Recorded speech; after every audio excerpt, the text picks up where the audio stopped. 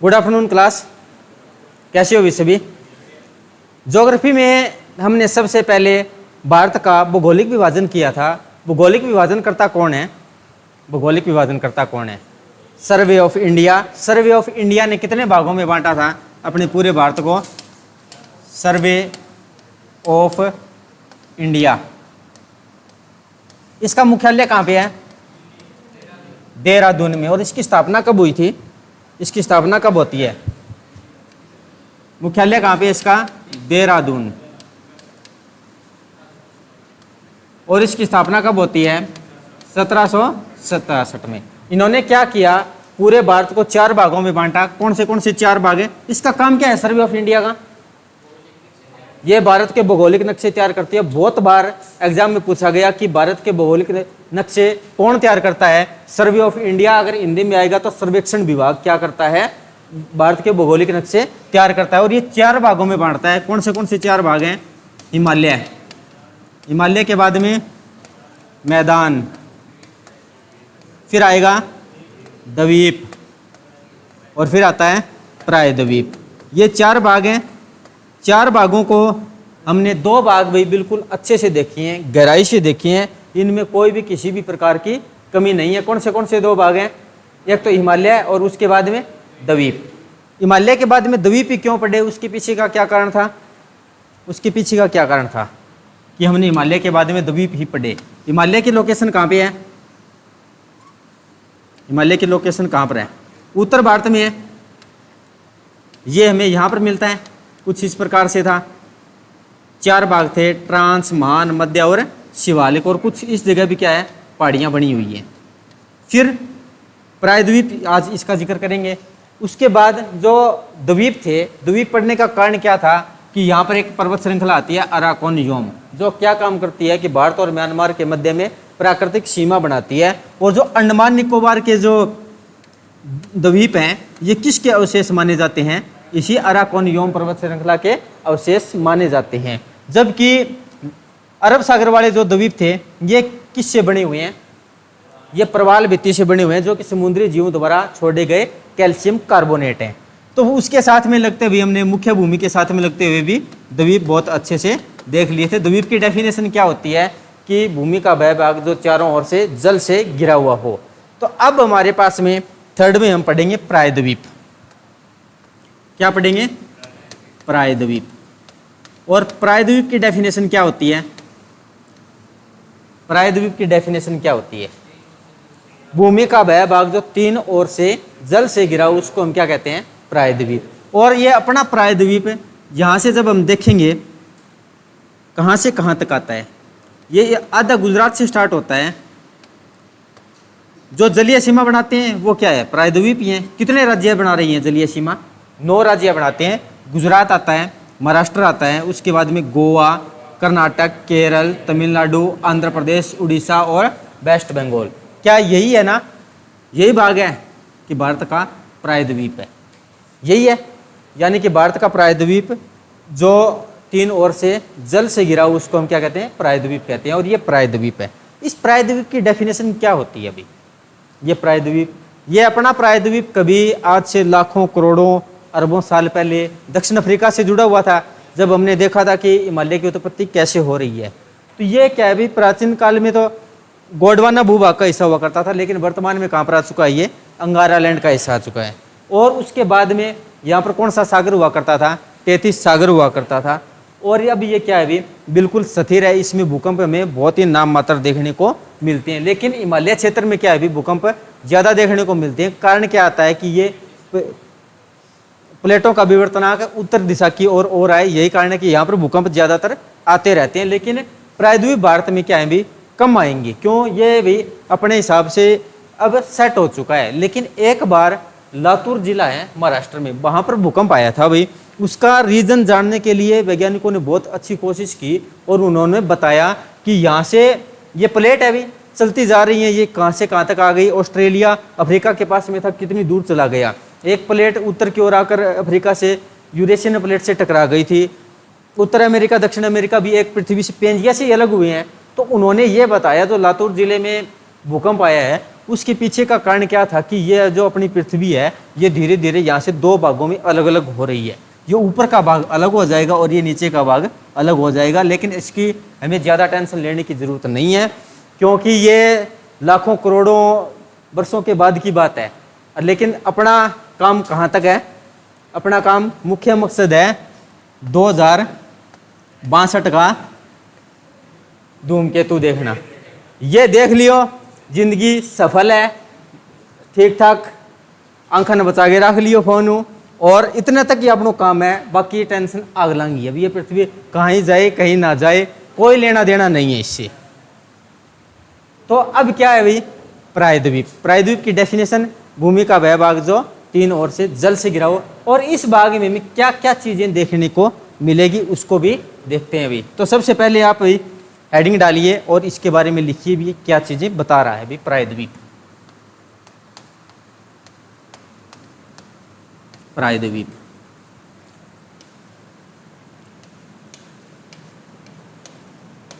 भूमि का वह भाग जो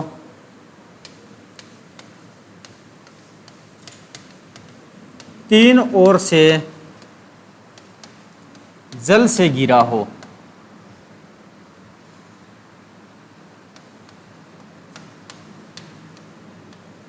उसे प्रायद्वीप कहते हैं।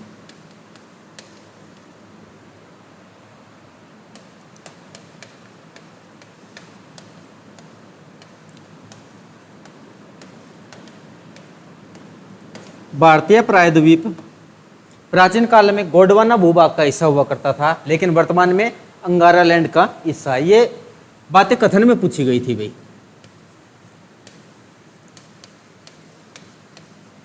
भारतीय प्रायद्वीप गोंडवाना भूभाग का हिस्सा था,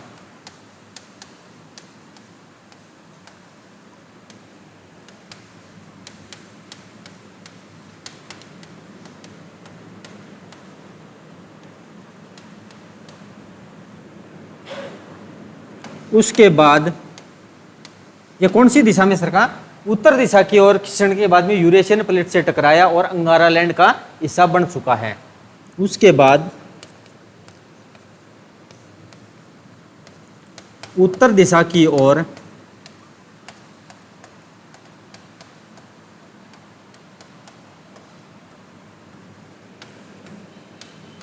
गति करना आरंभ करता है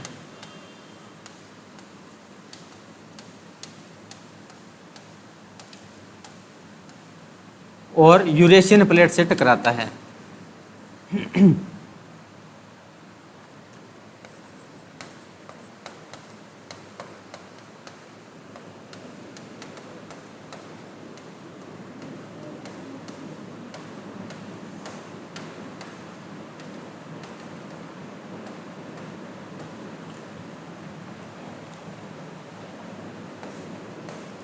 टकराने के बाद में क्या हुआ? ये अंगारा लैंड भूभाग का हिस्सा बन चुका है और उसके बाद में ये प्रायद्वीप भाग लगभग अब भाई स्थिर माना जाता है, इसलिए यहां पर भूकंप बहुत कम आते हैं।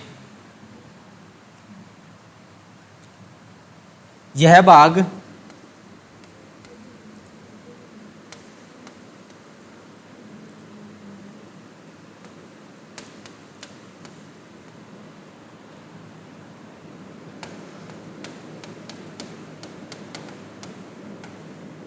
अंगारा लैंड का हिस्सा बन चुका है।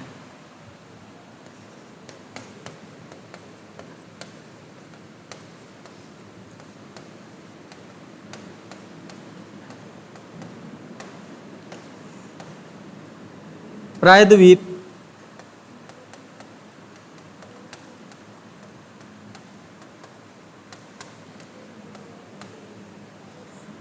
स्थिर है, इसलिए यहां पर भूकंप बहुत कम आते हैं। इसलिए यहां भूकंप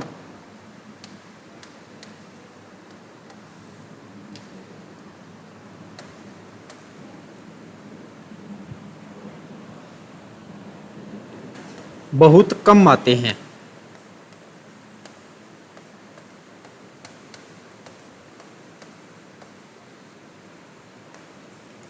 ये है प्रायद्वीप की डेफिनेशन। भूमि का वह भाग जो 3 ओर से जल से घिरा हुआ है, और ये अपना भारतीय प्रायद्वीप कभी अफ्रीका महाद्वीप के साथ में लगा हुआ था, गोंडवाना भूभाग का हिस्सा था, उत्तर की ओर गति करना स्टार्ट हुआ और अब ये अंगारालैंड भूभाग का हिस्सा बन चुका है। और अब ये हिस्सा क्या है, अभी लगभग स्थिर है। क्यों? प्रायद्वीप भूकंप कहाँ पे आएंगे? ज़्यादातर हिमालय क्षेत्र में आएंगे, क्योंकि हिमालय उसी यूरेशियन प्लेट से टकरा चुका है, लेकिन फिर भी कभी कभी यहाँ पर आ ही जाता है, बन चुका है। अब ये देखेंगे प्रायद्वीप भाग में हमें जो ज्योग्राफी के अकॉर्डिंग वहाँ पर क्या क्या चीज़ें देखने को मिलती हैं, क्या क्या चीज़ें देखने को मिलेंगी। सबसे पहले बात आती है वहाँ पर पहाड़ियाँ मिलेंगी, पठार मिलेंगे। वहाँ पर दो ही चीज़ें, पहाड़ी या पठार। और कौन सी पहाड़ी मिलती हैं, उनकी ऊंची चोटी, उनकी कोई विशेष बात, पठार की ऊंची चोटी। तो ये वहाँ पर क्या क्या चीज़ें मिलती हैं अभी प्रायद्वीप को दो भागों में बांटेंगे, एक तो आएंगी पहाड़ियाँ और एक आती है पठार प्रायद्वीप।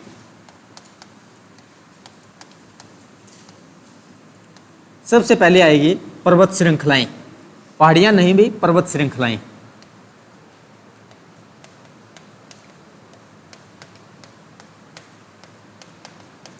पर्वत श्रृंखलाएं और सेकंड पे आएगा पठार। अब एक बात बता दियो मेरे को आप, ये जो पहाड़ी होती है और पठार होता है, इन दोनों में फर्क क्या होता है? इन दोनों में क्या फर्क होता है? पठार समतल होते हैं, हाँ। पहाड़ी कैसी होती है? नकुली होती है, समतल होता है। चलो ठीक है, क्या पठार की डेफिनेशन इतनी है कि ये समतल होता है, या और कोई डेफिनेशन है इसकी? पठार की डेफिनेशन क्या है? हाँ, अगर इनके डेफिनेशन की बात करें, पहाड़ भी क्या है, कुछ इस प्रकार से बना होगा। ये क्या है, पहाड़ है या पहाड़ी है? पठार की डेफिनेशन क्या होती है? अभी अगर शेप की बात करेंगे तो कैसा होगा? समतल होता है या नहीं होता? अगर पठार के डेफिनेशन की बात करते हैं तो ये जो शेप है ये कैसी दिखाई दे रही है आपको? नुकीली दिखाई दे रही है। पहाड़ी का मतलब क्या है कि भूमि से ऊपर उठा हुआ भाग, और जिसकी शेप कैसी होती है? नुकीली होती है, उसको क्या कहते हैं? पहाड़ या पहाड़ी। जबकि पठार की डेफिनेशन क्या होती है कि भूमि का वह भाग जो ऊपर से उठा हुआ हो और लेकिन ऊपर से समतल हो। डेफिनेशन का पता लगा? मान के चलिए ये समतल भाग है, इससे ऊपर उठी हुई है, ये क्या है? पहाड़ी है। और इसका कुछ भाग ऊपर उठ गया और ऊपर उठने के बाद में ऊपर से समतल है, इसको क्या कहते हैं? हम पठार कहते हैं। भी ये दोनों चित्र अपने कहीं कोने में बना लो, समझने के लिए बहुत ज़्यादा काम आएगी। ये क्या है?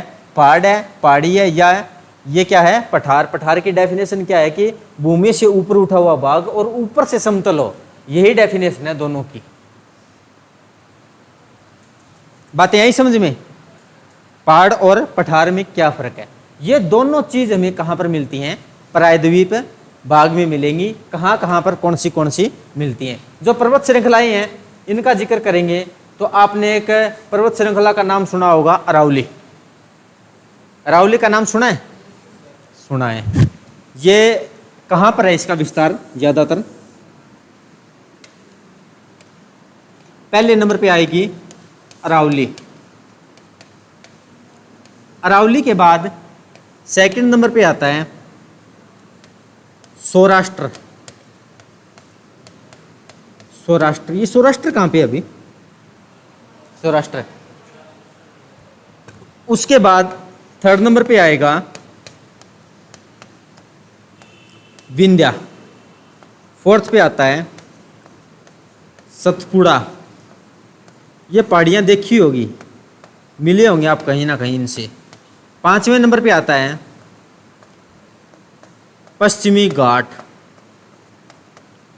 और फिर छठे नंबर पे आएगा पूर्वी घाट।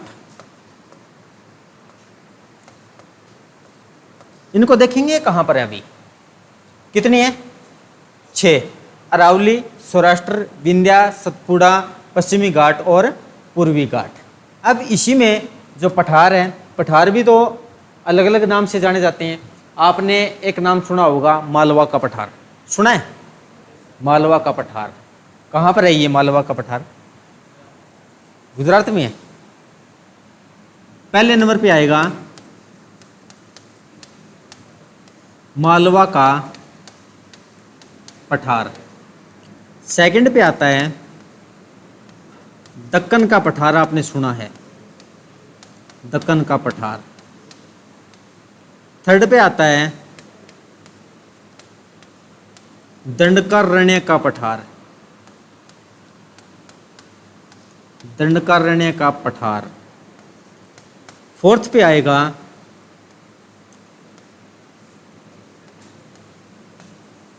छोटा नागपुर का पठार,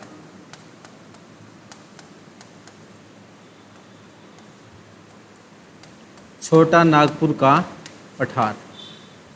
पांचवें नंबर पे आएगा शिलोंग का पठार, शिलोंग का पठार।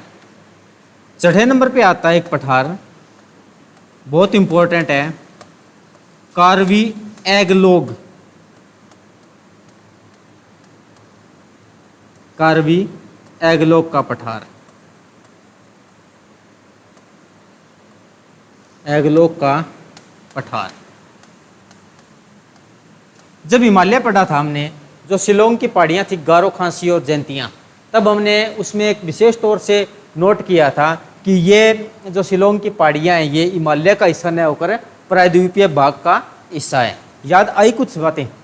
आज से 15-20 दिन पहले की बात है कि हमने ये चीज़ें विशेष तौर से नोट की थी कि जो शिलोंग का पठार है या मेघालय का पठार है, उसमें जो पहाड़ियाँ थी, गारो, खासी और जयंतियाँ, वो हिमालय का हिस्सा न होकर प्रायद्वीपीय भारत का हिस्सा थी, प्रायद्वीपीय पठार का हिस्सा थी। अब इनमें बसते हैं, इनमें एक पठार और भी आ जाता है अभी, उनके बारे में देख ही लेते हैं, काम आता है अभी वो भी। 7वें नंबर पे आएगा एक लद्दाख का पठार,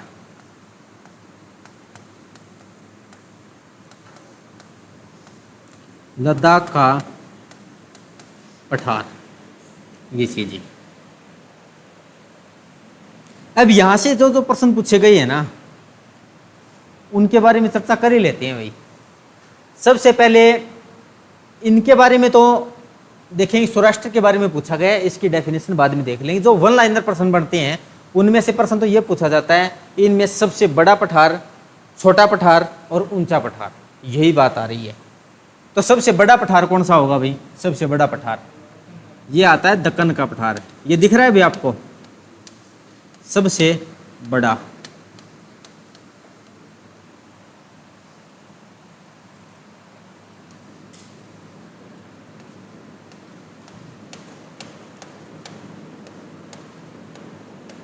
सबसे बड़ा। छोटा कौन सा होगा? जिसमें छोटा ही लिखा हुआ है, छोटा नागपुर का पठार। ये क्या है भाई? सबसे छोटा। ऊंचा कौन सा होगा? ऊंचा, ऊंचा कौन सा होगा इसमें से? लद्दाख है। लद्दाख कहाँ पे है? हिमालय में। हिमालय क्या है भाई? पूरा ऊंचा ही भाग है, जो कहाँ पर आता है? ट्रांस हिमालय में आता है, लद्दाख श्रेणी। तो लद्दाख श्रेणी में ही क्या है? लद्दाख बसा हुआ है, जिसकी एवरेज हाइट भाई 6000 मीटर है, अप्रोक्सीमेट लगभग, तो उसमें आता है। तो इसमें ये क्या है भाई? सबसे ऊंचा है भाई पठार, सबसे ऊंचा।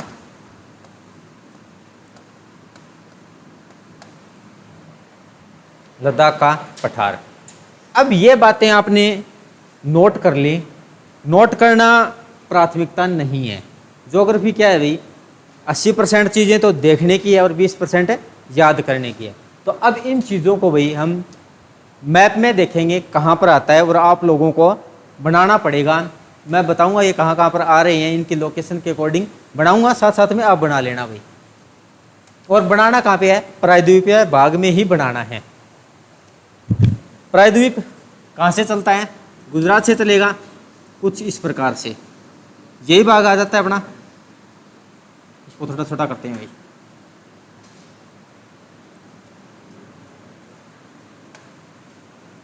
हमें आधा भारत बनाइए आप लोग,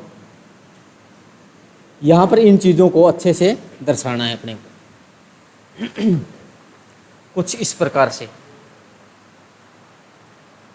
चीजें साथ के साथ याद हो जाएंगी कहां पर आती हैं, और इन मैप से क्या प्रश्न पूछे गए हैं उनको भी देख लेंगे। सबसे पहले हमने एक पहाड़ी लिखी थी अरावली। अरावली कहां पर है? ये अरावली ये कहां पर है? आपने गुजरात में सुना है, राजस्थान में सुना है, हरियाणा में भी अरावली है क्या? हरियाणा में भी अरावली है, और दिल्ली में भी अरावली है। रायसीना की पहाड़ियाँ जहाँ पर राष्ट्रपति भवन बना हुआ है, वो कौन से हिस्सा हैं? किसकी हिस्सा हैं? वो अरावली का ही हिस्सा है। तो ये कहाँ से कहाँ तक चलती हैं? ये कुछ इस प्रकार से चलेंगी, गुजरात से चलेंगी और ये ऊपर होते हुए राजस्थान, और राजस्थान से आगे दिल्ली तक आ जाती है। इसको आपको कुछ वही दर्शाना क्या है, इतना कर लेना भी ये दिल्ली तक आ गई। और इस प्रकार से ये ऐसी नहीं है कि भी मैंने तो लाइन खींच दी, ये लाइन इसी प्रकार से है। ये कैसे है अभी? ये अपने ऊंचे नीचे इस प्रकार से होते हुए आ रही है। तो लाइन से क्या है, आपको सिर्फ एक दर्शाया गया भी, ये यहाँ से चलती है और आगे चली जाती है अरावली। ये कहाँ, कौन सी पर्वत श्रृंखला है? अरावली।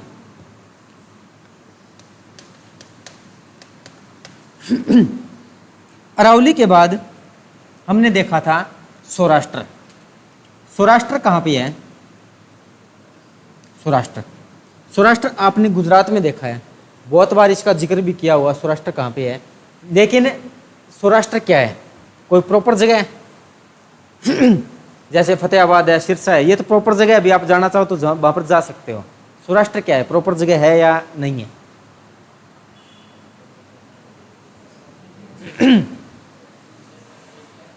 एक एरिया है, और एरिया कौन सा एरिया है? यहाँ का जो पानी है इसको किस नाम से जानते हैं? कच्छ की खाड़ी। और नीचे वाला जो पानी है इसको किस नाम से जानते हैं? खंबात की खाड़ी। जो इस के बीच में जो अर्धचंद्राकार भाग आ रहा है ना, इसको हम सौराष्ट्र के नाम से जानते हैं भाई। इसको क्या है, हम सौराष्ट्र के नाम से जानते हैं। और इसी में क्या है, 3 पहाड़ियाँ आती हैं, वारदा, मांडवा और गिर। ये 3 पहाड़ियाँ हैं, वारदा, मांडवा और गिर। गिर शेर भी इसी क्षेत्र में पाया जाता है क्या? गिर शेर का भी नाम सुना होगा आपने। गिर शेर क्या है, यहीं पाया जाता है, उसको बाद में देख लेंगे। 2 पहाड़ियाँ, एक अरावली और उसके बाद में सौराष्ट्र। सौराष्ट्र के बाद में विंध्या। विंध्या कहाँ पर आती है? गुजरात से चलती है, ये मध्य प्रदेश और आगे छत्तीसगढ़ तक आएगी। ये पर्वत श्रृंखला इस प्रकार से बनी हुई है। सेकंड पे आती है सतपुड़ा, ये इसके ही पैरेलल है और इसके नीचे है। फिर हमने देखा पश्चिमी घाट। पश्चिमी घाट कहाँ पे है? अभी यहाँ पर दिशा कौन सी है? ये दिशा कौन सी है? पश्चिम। और ये दिशा कौन सी है? पूर्व। जो पश्चिम में बना हुआ है ना, ये एक पर्वत श्रृंखला यहाँ पर बनी हुई है कुछ इस प्रकार से, इसके साथ साथ चलती है। ये क्या है? एक पश्चिमी घाट है। ये क्या है? पश्चिमी घाट। और पश्चिमी घाट की विशेषता क्या है कि ये एक पर्वत ना होकर एक कगार है। इसका जिक्र बाद में कर लेंगे भी, कगार क्यों है, क्या इसके पीछे कारण है। और उसी के बाद ये कुछ यहाँ से यू टर्न लगता है, और यू टर्न लगने के बाद में इसके पास साइड में क्या हो जाती है अभी, कुछ पूर्वी घाट की पहाड़ियाँ आ जाती हैं। ये इतनी ज़्यादा नहीं है, कम है। ये कंठापटा हुआ है अभी, ये कुछ कम है यहाँ पे। ये है पूर्वी घाट। और ये कौन सा है? पश्चिमी घाट। बस सिर्फ दिशा होने के कारण इसको क्या कर दिया गया, दिशाओं के अकॉर्डिंग इसका नाम रख दिया गया पश्चिमी घाट और पूर्वी घाट। अब इतनी पहाड़ियाँ थी हमारे, अरावली थी, सौराष्ट्र थी, विंध्या थी, सतपुड़ा थी। ये कौन सी है? विंध्या और सतपुड़ा। यह है सतपुड़ा। अब उसके बाद हमने देखे थे कुछ पठार देखने को मिले थे हमें, कुछ पठार देखने को मिले थे। वो कहाँ पर मिलेंगे? वो प्रायद्वीप है, गुजरात से लेकर वेस्ट बंगाल तक फैला हुआ है, भी इसी में मिलेंगे। और इसी को एक साथ में भी लिखना पड़ेगा, इसकी भी हमें मजबूरी है। एग्जामिनर बहुत बार पूछ लेता है कि ये मालवा का पठार कहाँ पर मिलता है? भी ये इसके उत्तर में मिलता है। किसके उत्तर में? विंध्या के उत्तर में। भी एक बार कथन आया था कि मालवा का पठार विंध्या के उत्तर में है, और दक्कन का पठार ये आता है कि इसके सतपुड़ा के दक्षिण में है। दोनों कथन एक सत्य है, दोनों नंबर सत्य है, दोनों सत्य है या दोनों असत्य है, कुछ इस प्रकार से ऑप्शन आते हैं। तो कथन पूछेगा ना तब एग्जामिनर भाई बहुत ज़्यादा कंफ्यूज कर देता है, लेकिन कंफ्यूज होने की जरूरत नहीं है। यहाँ पर विंध्या के बाद ये कौन सा पठार आता है, ये विंध्या, और यहाँ पर ये पठार कौन सा है,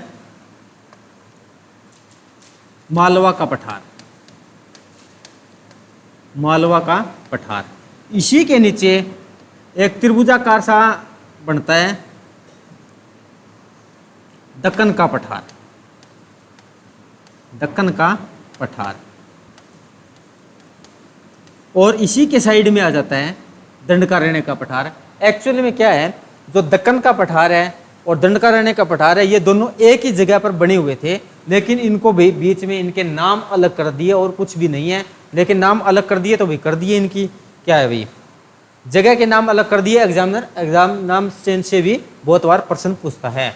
तो ये कौन सा आएगा, दंडकारण्य का पठार। ये दक्कन का है और ये दंडकारण्य का पठार, दंडकारण्य का पठार यहाँ पर आ चुका है। उसी के बाद में यहीं पर पास में आता है एक छोटा नागपुर का पठार, और ये छोटा जो नागपुर है ना, नागपुर वर्ड आते ही ध्यान आ जाता है भी महाराष्ट्र, यही होगा। अभी छोटा नागपुर का पठार कहाँ पे है, ये उड़ीसा और आंध्र प्रदेश और छत्तीसगढ़ राज्यों में आता है, और जो शहर है वो कहाँ पर है, महाराष्ट्र में है। तो ये छोटा नागपुर का पठार, ये नागपुर का पठार, नागपुर का पठार।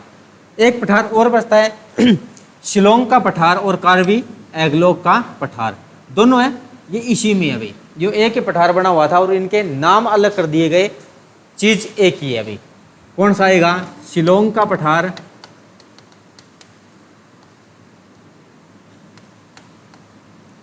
और कार्बी एंगलोक का पठार, कार्बी एंगलोक का पठार। ये पठार और ये पहाड़ियाँ प्रायद्वीप में हमें देखने को मिलती हैं। सभी को बात समझ में आ रही है या नहीं आ रही? ऐसे नहीं होना चाहिए भी है मैं लिखवा रहा हूँ और आप लिखते जा रहे हो। अगर किसी को हाँ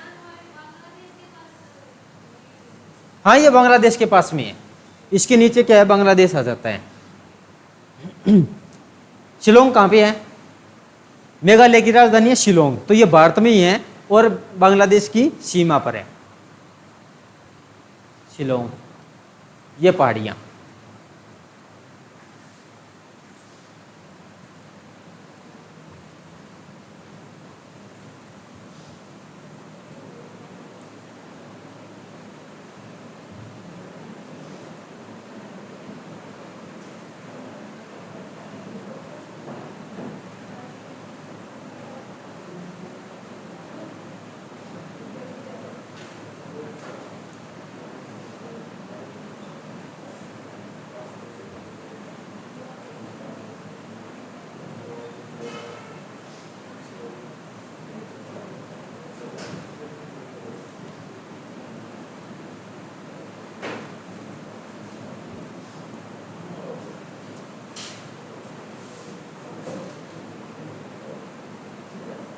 कर लिया नोट सभी ने?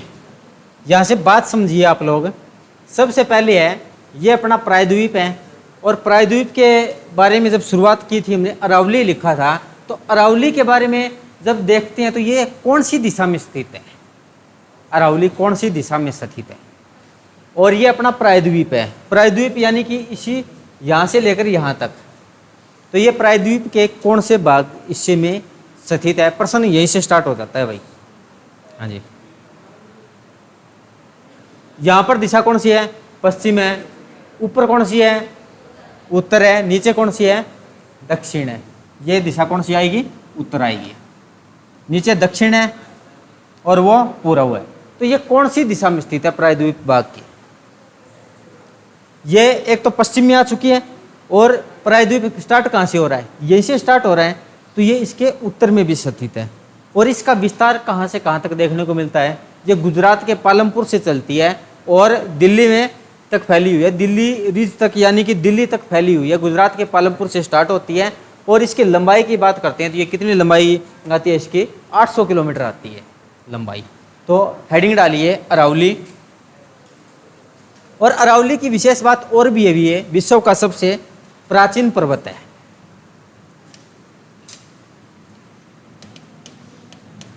अरावली सबसे पहले इसकी लंबाई देखते हैं भी, लंबाई कितनी आती है 800 किलोमीटर।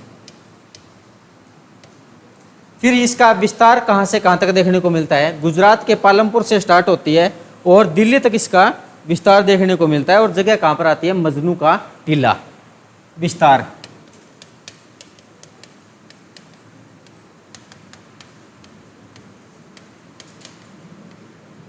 गुजरात के पालमपुर से स्टार्ट होती है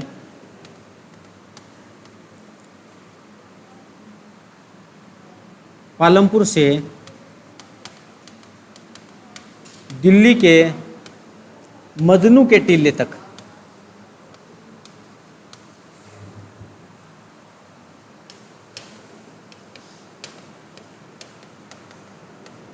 इसका विस्तार देखने को मिलेगा। जब ये गुजरात से चलेगी, राजस्थान से होते हुए, हरियाणा से होते हुए और दिल्ली पहुंच जाती है, तो इसका सर्वाधिक विस्तार कहाँ पे आता है भी, राजस्थान में आता है। ये बात भी पूछी गई है, इसका सर्वाधिक विस्तार कहाँ पे है, राजस्थान में भी। अरावली का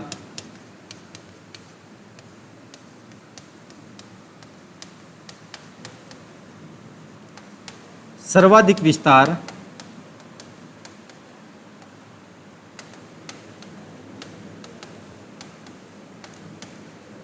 राजस्थान में है।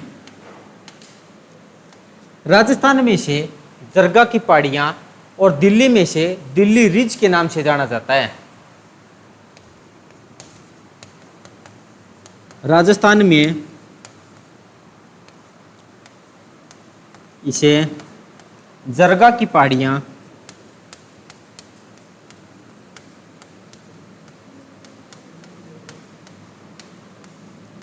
और दिल्ली में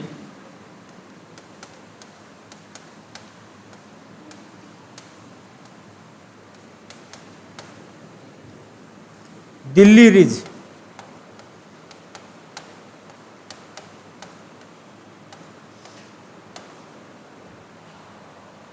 के नाम से जाना जाता है।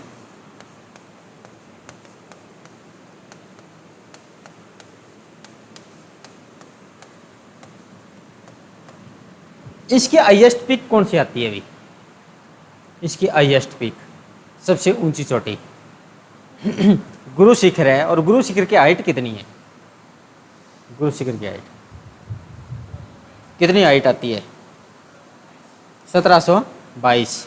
और ये कहाँ पर है अभी, ये ऊंची चोटी माउंट आबू के पास है, लेकिन इसको हमें कोई ज़्यादा डिफाइन करने की ज़रूरत नहीं है। क्यों, राजस्थान जो अगर किसी को स्टेट का एग्ज़ाम देना है तो वो देख लेना भी, ये माउंट आबू के पास में इसकी हाईएस्ट पीक है। और माउंट आबू में क्या है भी, एक जैनियों का प्रसिद्ध मंदिर दीलवाड़ा जैन मंदिर बना हुआ है भी। और ये किसको समर्पित माना जाता है, ये किसको समर्पित माना जाता है,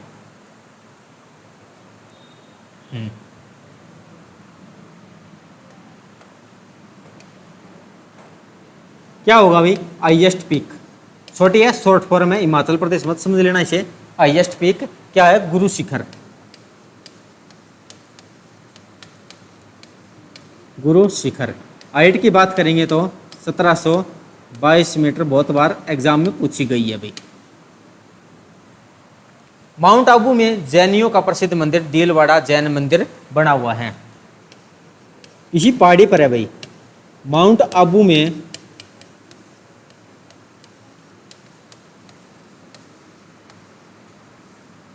जैनियों का प्रसिद्ध मंदिर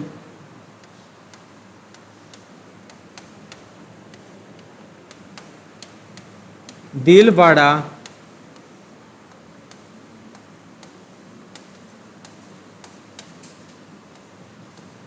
जैन मंदिर बना हुआ है। कौन सा, दीलवाड़ा जैन मंदिर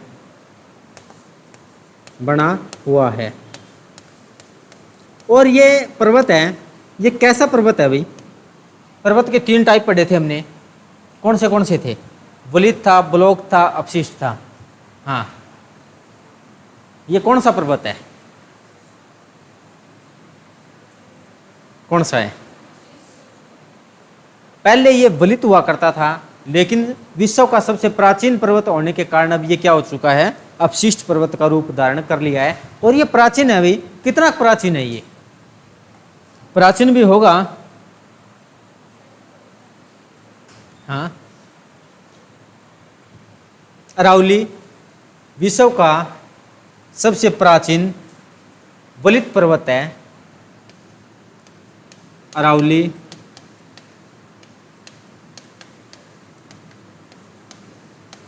विश्व का सबसे प्राचीन वलित पर्वत की डेफिनेशन क्या थी?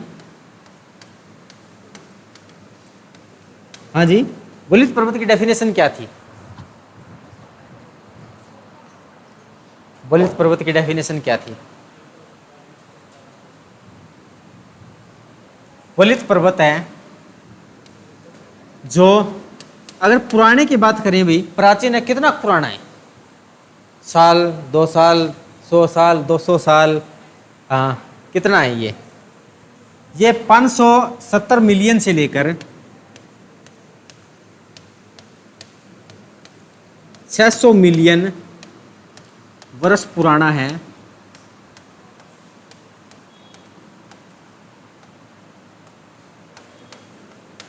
इसलिए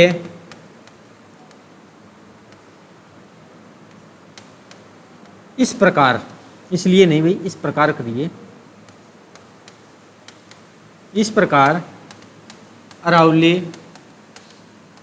अब अपशिष्ट पर्वत का रूप धारण कर चुका है। अपशिष्ट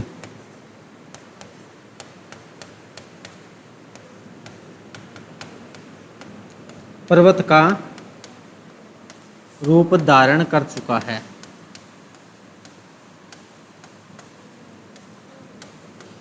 और एग्जाम्पल किसका माना जाता है अभी? ये अपशिष्ट पर्वत का बना था तब तो क्या था अभी? वलित था। हिमालय भी क्या है भाई? जब इतना पुराना होगा कभी, ये 500 मिलियन 600 मिलियन पुराना, तो क्या हो जाएगा? धीरे धीरे अपशिष्ट पर्वत का रूप भी धारण कर लेगा।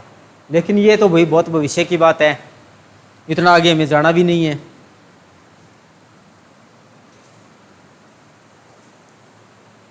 ज्यादा लंबी नहीं सोचनी चाहिए।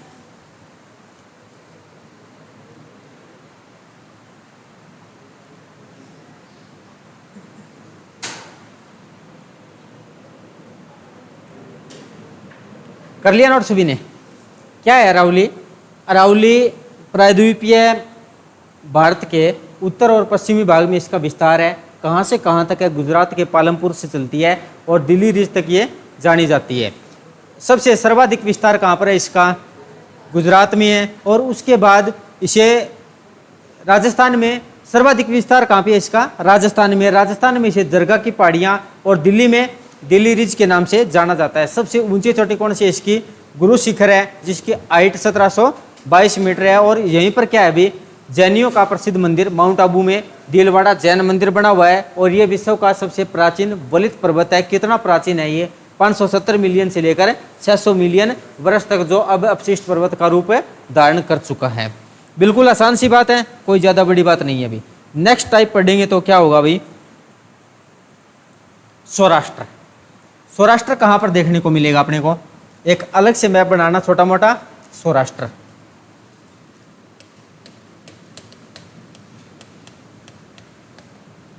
सौराष्ट्र कुछ इस प्रकार से बना लेना। ये गुजरात वाली बात है, कोई ज़्यादा बड़ी बात नहीं है। मैप ही बनाना इतना। और ये जो सौराष्ट्र है ना, यहाँ पर खाड़ी कौन सी आती है? कच्छ की खाड़ी। और नीचे वाली खाड़ी कौन सी है? खंबात की खाड़ी। इसके मध्य जो ये अर्धचंद्राकार भाग है ना, ये अर्धचंद्राकार भाग, ये यहाँ से चलता है और ये इतना, इस भाग को हम किस नाम से जानते हैं? सौराष्ट्र के नाम से जानते हैं। क्या है डेफिनेशन भी? जो कच्छ की खाड़ी और खंबात की खाड़ी के मध्य अर्धचंद्राकार भाग को हम सौराष्ट्र के नाम से जानते हैं। और इसी क्षेत्र में तीन पहाड़ियाँ मिलती है, वारदा, मांडवा और गिर की पहाड़ियाँ। बस सिंपल सी बात है, कोई ज़्यादा मुश्किल बात ही नहीं है।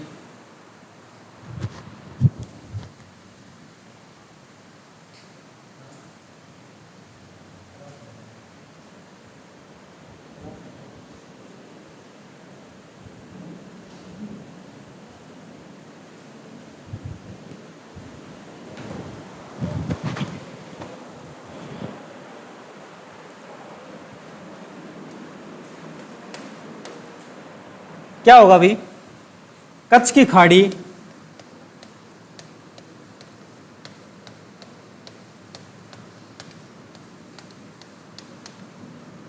और खंबात की खाड़ी के मध्य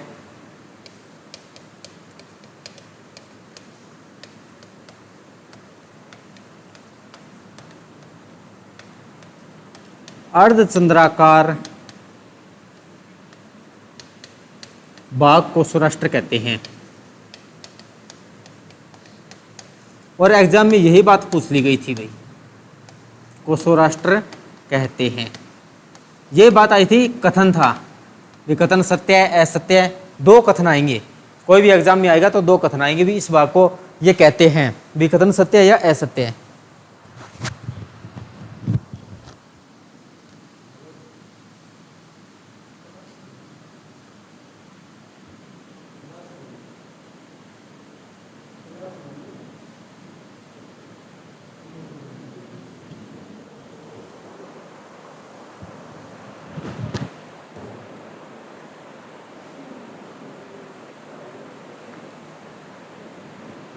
इसके में क्या है भाई, तीन पहाड़ियां पाई जाती हैं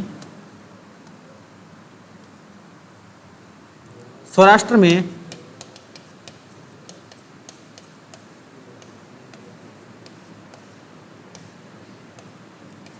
वारदा, मांडवा और गिर पहाड़ियां पाई जाती हैं।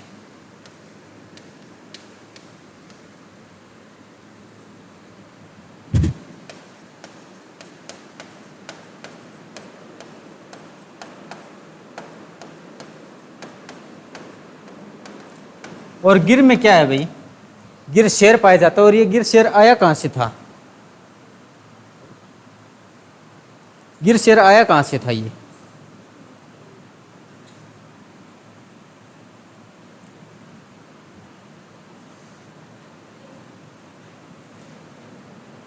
हाँ, ये गिर शेर अफ्रीका से आया था।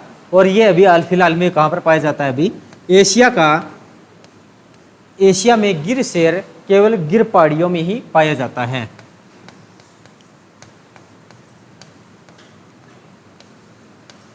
एशिया में गिर शेर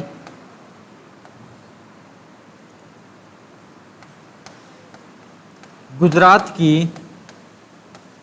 गिर पहाड़ियों में ही पाया जाता है।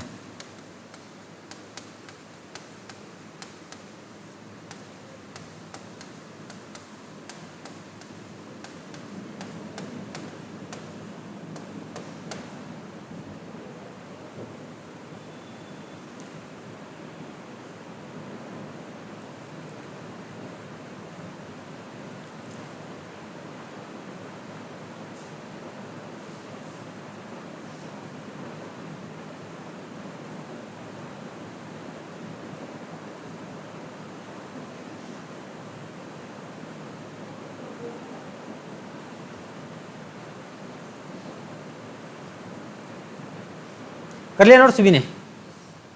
क्या है अभी, सौराष्ट्र बिल्कुल आसान सी बात है। कच्छ की खाड़ी और खंबात की खाड़ी के मध्य अर्धचंद्राकार भाग को हम क्या कहते हैं, सौराष्ट्र कहते हैं। और इसमें तीन पहाड़ियां पाई जाती हैं, वारदा, मांडवा और गिर। और गिर में क्या है, एशियाई गिर शेर पाया जाता है। बस इतनी सी बात है, कोई ज़्यादा बड़ी बात भी नहीं। और प्रश्न 4 से 5 प्रश्न पूछे गए हैं भाई, कितनी बड़ी बात है।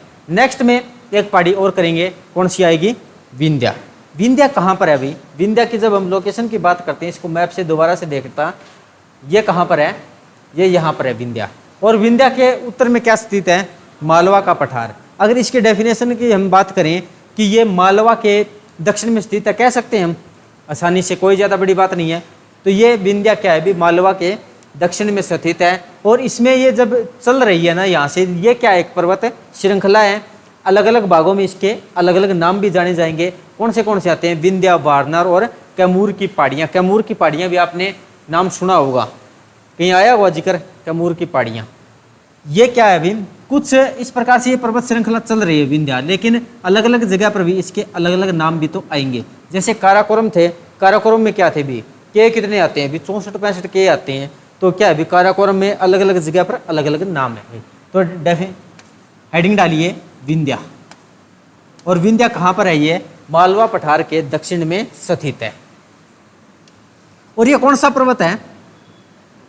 कौन सा पर्वत है ये? विंध्या।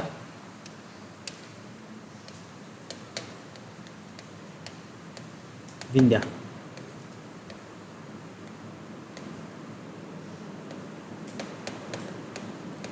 मालवा पठार के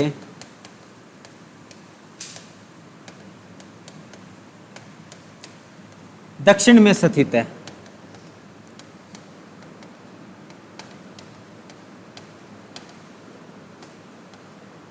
और यह भी ज्यादातर भाग कौन से राज्य में आता है इसका?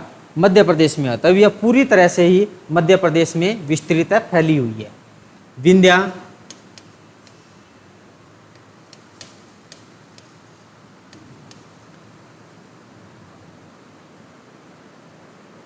पूर्ण रूप से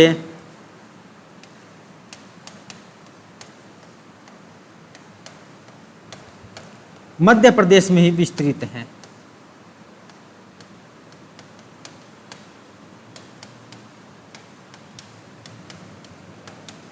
विस्तृत है। इसकी 3 पहाड़ियां आती हैं, विंध्या, बारनेर और कैमूर। इस श्रृंखला में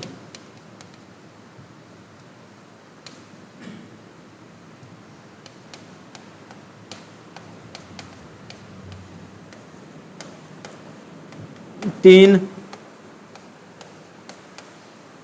प्रमुख पहाड़ियां हैं।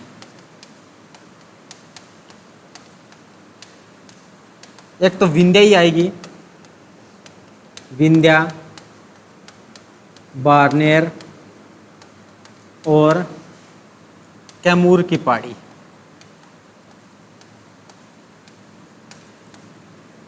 कैमूर की पहाड़ियाँ। और एग्जाम में एक बार यही प्रश्न आया था भाई कि तीनों पहाड़ियाँ कौन सी पर्वत श्रृंखला के भाग हैं? ऑप्शन थे विंध्या, सतपुड़ा, पश्चिमी घाट, सौराष्ट्र। कितने भी दे सकता है, यही थे भी विंध्या, बारनेर और कैमूर की पहाड़ियाँ। ये कौन सा पर्वत का हिस्सा है ये? हाँ, हमने 3 पर्वत पढ़े थे। एक तो वलित था, सेकंड वाला ब्लॉक था और फिर अपशिष्ट था। इनकी डेफिनेशन याद है क्या? तीनों की डेफिनेशन क्या थी? एक तो आता है वलित। वलित को इंग्लिश में क्या बोलते हैं? फोल्ड। एक तो आएगा वलित, फिर आएगा ब्लॉक और फिर आता है अपशिष्ट। इन तीनों की क्या डेफिनेशन थी? इन तीनों की डेफिनेशन क्या थी बताइए ना, आपको बताइए। वलित क्या था? ये किसी 2 प्लेटों के टकराने के परिणाम स्वरूप क्या होता है? परतदार होता है, उसका निर्माण होता है। तो इसका एग्जाम्पल क्या था? हिमालय। हिमालय से क्या है भी? 2 प्लेटें आपस में टकराई और उसके बाद में हिमालय की उत्पत्ति होती है। ब्लॉक क्या था? ब्लॉक यानी कि किसी बाहरी खिंचाव या तनाव के कारण समतल भाग क्या हो जाए भी? ऊपर उठ जाए, या फिर समतल भाग भी नीचे धस जाए, दोनों तरफ नीचे आ जाए, तो इसको क्या बोलते हैं हम? ब्लॉक पर्वत। और अपशिष्ट क्या हो जाता है? कौन सा भी पर्वत वो हद से ज्यादा प्राचीन हो जाएगा तो क्या धीरे धीरे अपशिष्ट रूप का धारण कर लेता है। तो ये ब्लॉक पर्वत का उदाहरण है। ब्लॉक का क्यों है? कि इसके दोनों तरफ घाटी आती है। तो इसके दक्षिण में कौन सी घाटी आती है? नर्मदा घाटी आती है भाई। इसके दक्षिण में नर्मदा घाटी स्थित है।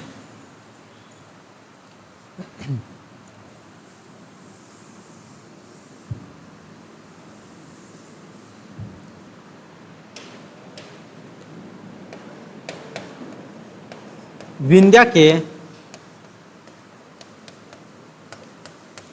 दक्षिण में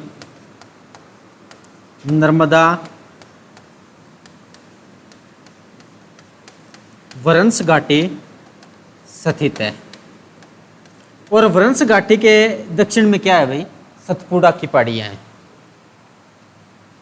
और वरंस घाटी के दक्षिण में सतपुड़ा की पहाड़ियां हैं।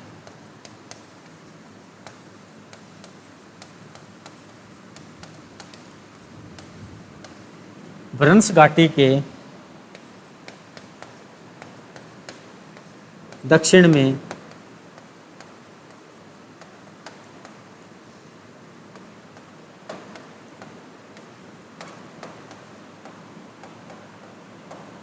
सतपुड़ा की पहाड़ियां स्थित है।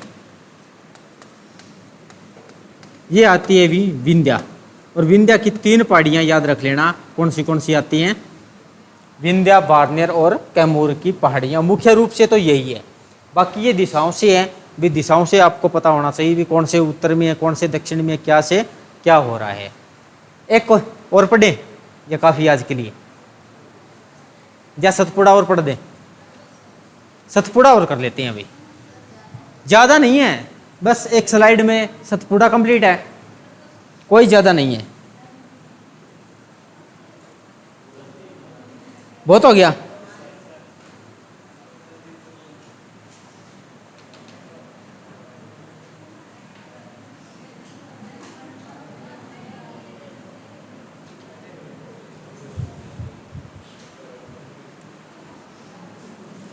अरे कोई ज्यादा नहीं है, एक सतपुड़ा और पढ़ लेते हैं, बहुत है। चलो ठीक है, अभी आज के लिए फिर काफी है।